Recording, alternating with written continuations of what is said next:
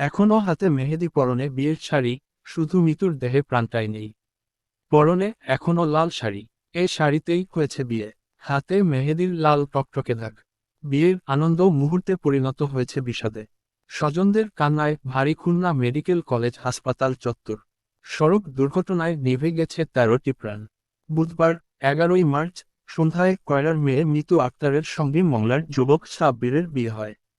সারাদিনের আয়োজন, আত্মীয় স্বজনের ভিড়, হাসি, আনন্দ আর নতুন সংসারের স্বপ্নে ভরে উঠেছিল পুরো বাড়ি। বিয়ের অনুষ্ঠান শেষে বরপক্ষের সদস্যরা রাত্রিও কাটান কনের বাড়িতেই। কেউ জানত না এই আনন্দের রাতের পরই অপেক্ষা করছে এমন নির্মম পরিণতি। বৃহস্পতিবার সকালে বিয়ের সাজে, স্বপ্নভরা চোখে, নবজীবনের সূচনায় বরের বাড়ির উদ্দেশ্যে রওনা দেন একটি মাইক্রোবাস। একই গাড়িতে ছিলেন তার বোন লামিয়া ও দাদি রাশিদা সহ পরিবারের কয়েকজন সদস্য। কিন্তু নিয়তি যেন উৎপেতে ছিল পথেই। বাগেরহাট রামপালের বালাইব্রিজ নামক স্থানে পৌঁছালে নৌবাহিনীর একটি বাসের সাথে বরযাত্রীবাহী মাইক্রোবাসটির মুখোমুখি এ সংঘর্ষ হয়। মাইক্রোবাস বর পরিবারের 11, কনে পরিবারের 3 জন ও ড্রাইভার সহ 15 জন যাত্রী ছিল।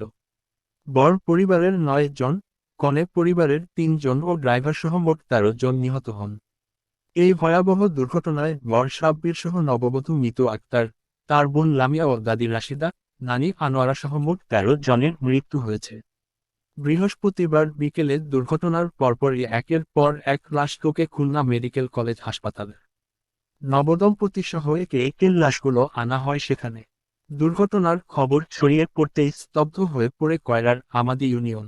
প্রতিবেশীরা বলছেন, সকালেও যে মেয়ে বিয়ের সাজে বিদায় নিয়েছিল, বিকেলের মধ্যেই তার মৃত্যুর খবর শুনে কেউ যেন বিশ্বাসই করতে পারছেন না। বিয়ের সানাই বাজা বাড়িতে এখন কান্নার রোল। মুহূর্তেই বিষাদের সাগরে ডুবে গেল দুটি পরিবার। পুরো গ্রামজুড়ে নেমে এসেছে শোকের ছায়া।